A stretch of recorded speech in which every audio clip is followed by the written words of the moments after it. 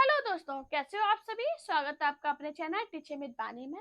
दोस्तों, आज आपका इंतजार खत्म हुआ। आज हम आपके लिए लेकर आए हैं टीजीटी पीजीटी हिंदी का नया और शानदार बैच। यह बैच न केवल आपकी पढ़ाई को बेहतरीन बनाएगा बल्कि आपको एक नए रोमांचक अनुभव की ओर ले जाएगा। यदि आपने अभी तक चैनल को सब्सक्राइब नहीं किया है तो आज ही सब्सक्राइब करें, जिससे आगे आने वाली हर वीडियो का नोटिफिकेशन आपके पास समय से पहुंचे। तो चलिए आज की वीडियो को स्टार्ट करते हैं।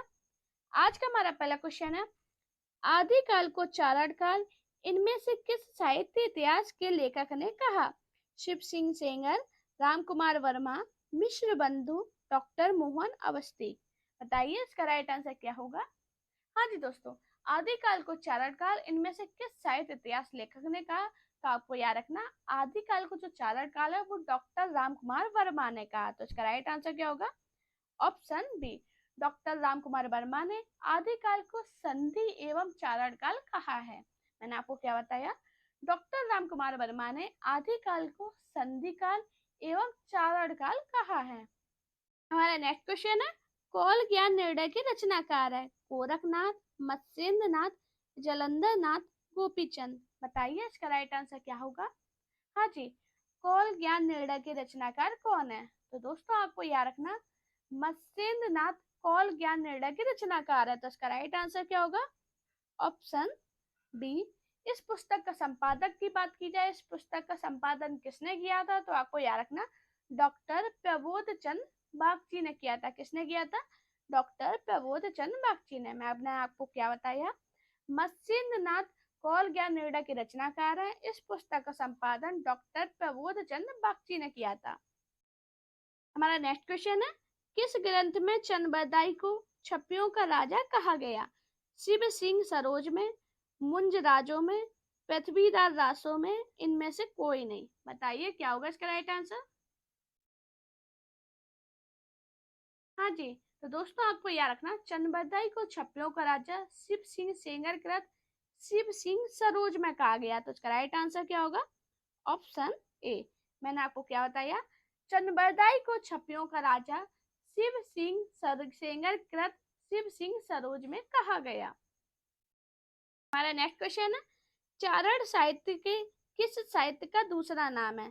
सिद्ध साहित्य का, जैन साहित्य का, नाथ साहित्य का, रासो साहित्य का। बताइए इसका राइट आंसर क्या होगा। हाँ जी दोस्तों, चारण साहित्य किस साहित्य का दूसरा नाम है। तो दोस्तों आपको याद रखना, चारण साहित्य रासो साहित्य का दूसरा नाम है। तो इसका राइट आंसर क्या होगा। Option D.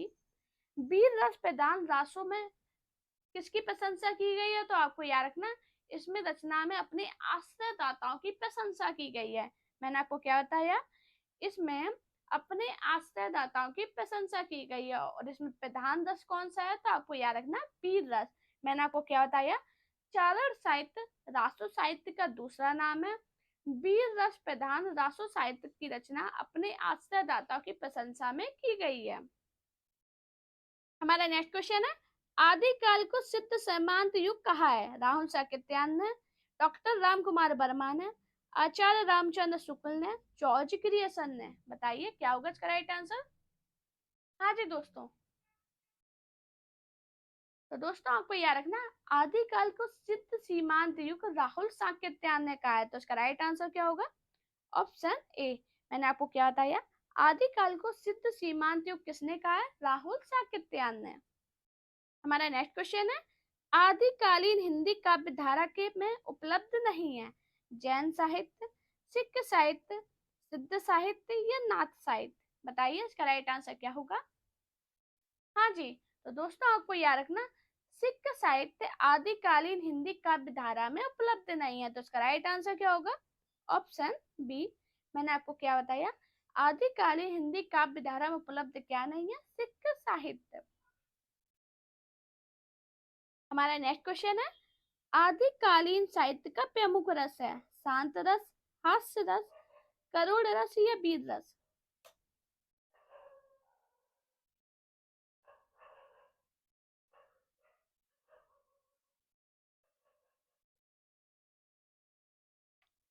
हमारा नेक्स्ट क्वेश्चन है, आदिकालीन साहित्य का प्रमुख रस है। शांत रस, हास्य रस, करुण रस या वीर रस। बताइए इसका राइट आंसर क्या होगा।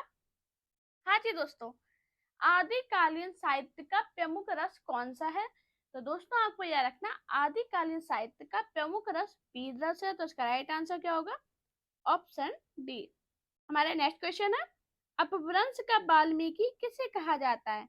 पुष्पदंत को, शालिभद्र सूरि को, धनपाल को, स्वयंभू को? बताइए इसका राइट आंसर क्या होगा? हाँ जी दोस्तों, अपभ्रंश का वाल्मीकि किसे कहा जाता है?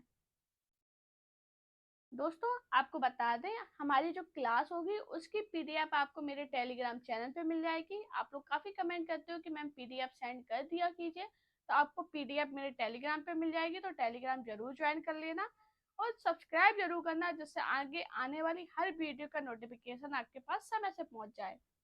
अपने दोस्तों को शेयर कीजिए, उन्हें बताइए हमारे चैनल पे स्टार्टिंग से तैयारी शुरू कर दी गई है। आप लोग काफी कमेंट कर रहे थे कि मैम शुरू से तैयारी कराइए, क्वेश्चन नहीं समझ में आ रहे। आपके लिए ये बैच आया है कि आपको स्टार्टिंग से तैयारी कराएंगे, साथ में आपको डिटेल क्लास पीडीएफ सब कुछ मिलेगा एक ही चैनल पे। आपको कहीं नहीं भटकना, बस आप ध्यान से पढ़िए, मैं जो पढ़ाती हूँ आपको वो पढ़ना है।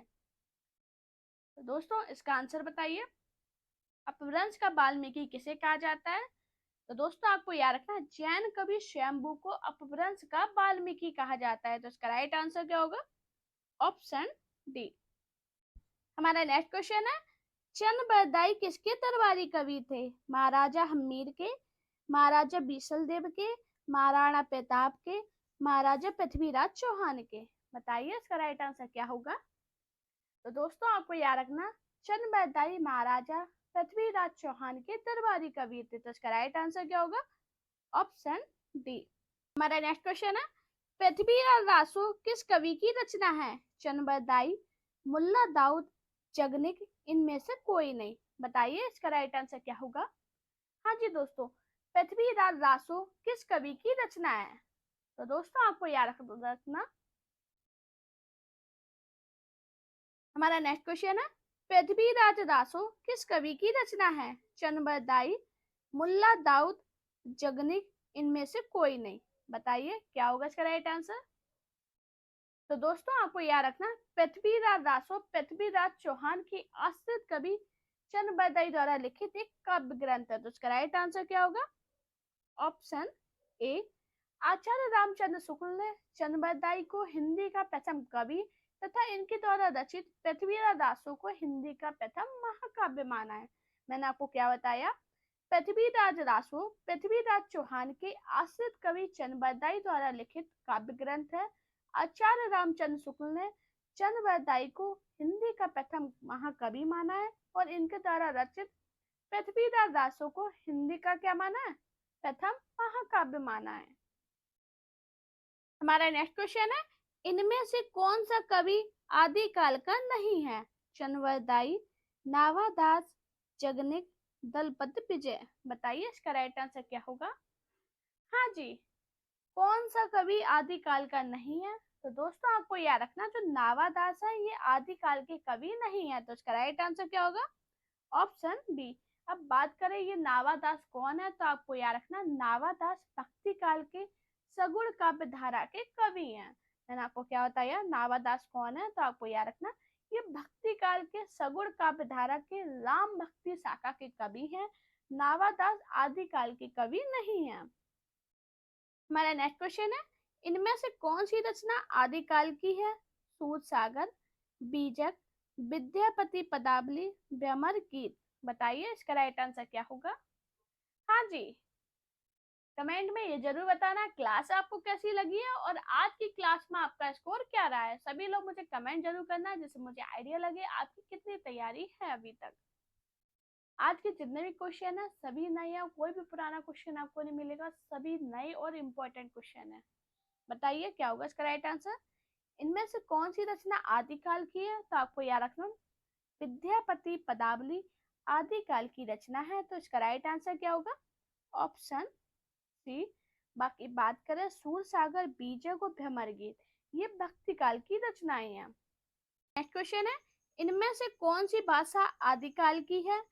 ब्रजभाषा, डिंगल पिंगल, खड़ी बोली, अवधि? बताइए क्या होगा इसका राइट आंसर? हाँ जी, कौन सी भाषा आदिकाल की है? तो दोस्तों आपको याद रखना डिंगल पिंगल भाषा आदिकाल की है। तो इसका राइट आंसर क्या होगा?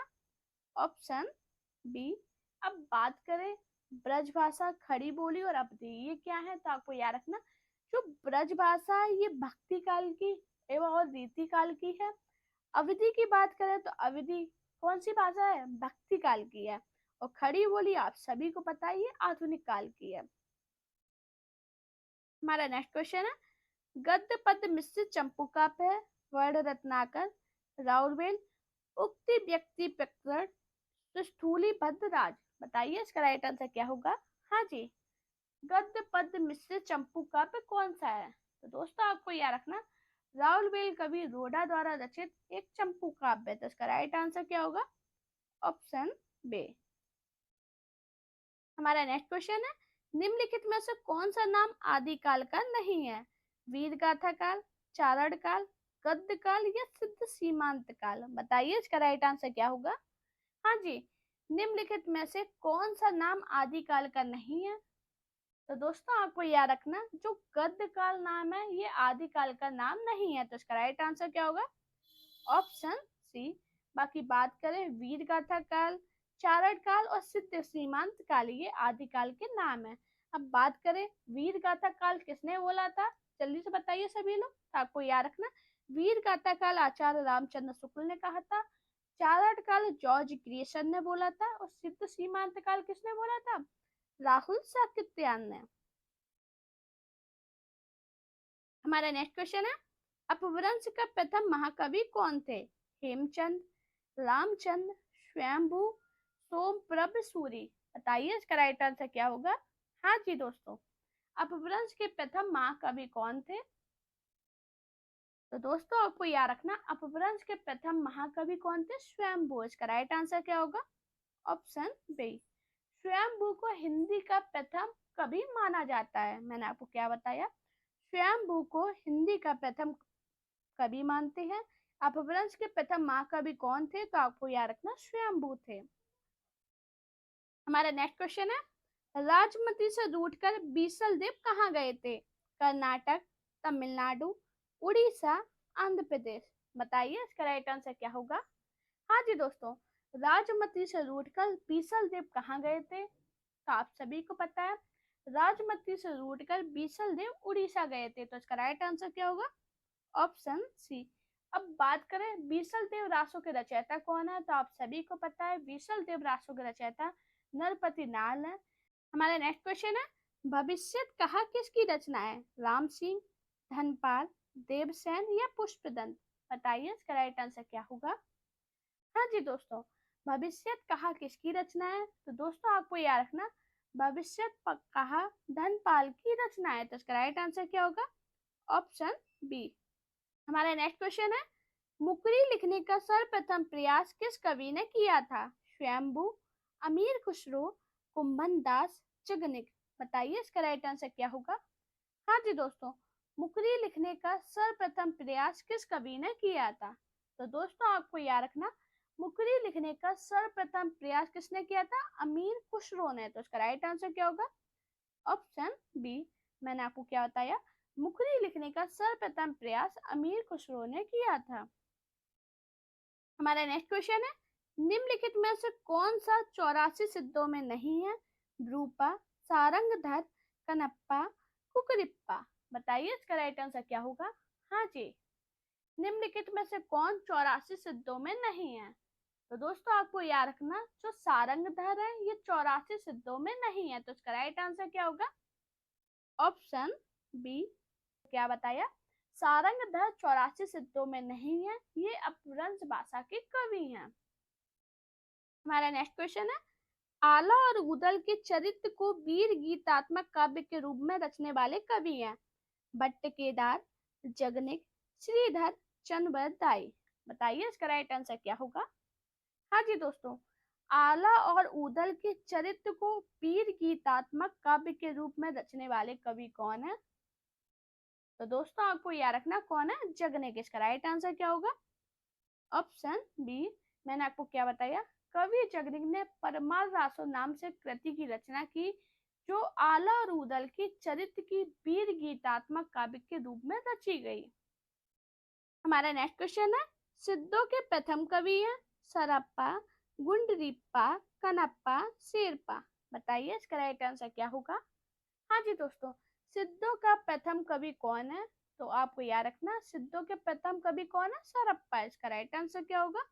Option A. हमारा नेक्स्ट क्वेश्चन है, उक्ति व्यक्ति प्रकरण यह ग्रंथ है महाकाव्य, छंद, गद्य काव्य या व्याकरण। बताइए इसका राइट आंसर क्या होगा। हाँ जी दोस्तों, उक्ति व्यक्ति प्रकरण यह ग्रंथ क्या है? तो आपको याद रखना, यह एक व्याकरण ग्रंथ है। तो इसका राइट आंसर क्या होगा? Option B D. बात करें उक्ति व्यक्ति प्रकरण के लेखक कौन है? तो आपको याद रखना, दामोदर पंडित है। मैंने आपको क्या बताया?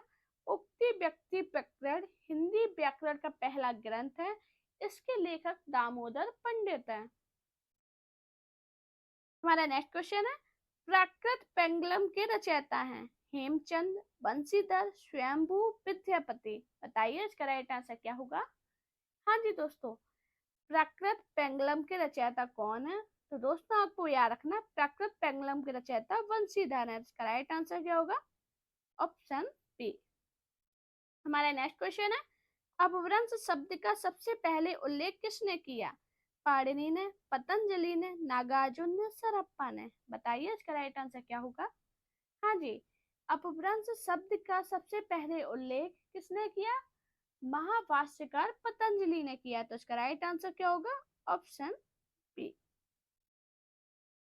दोस्तों अगर आपको मेरी वीडियो पसंद आई हो तो वीडियो को लाइक कीजिए, चैनल को सब्सक्राइब कीजिए, अपने दोस्तों के साथ वीडियो को शेयर जरूर करना।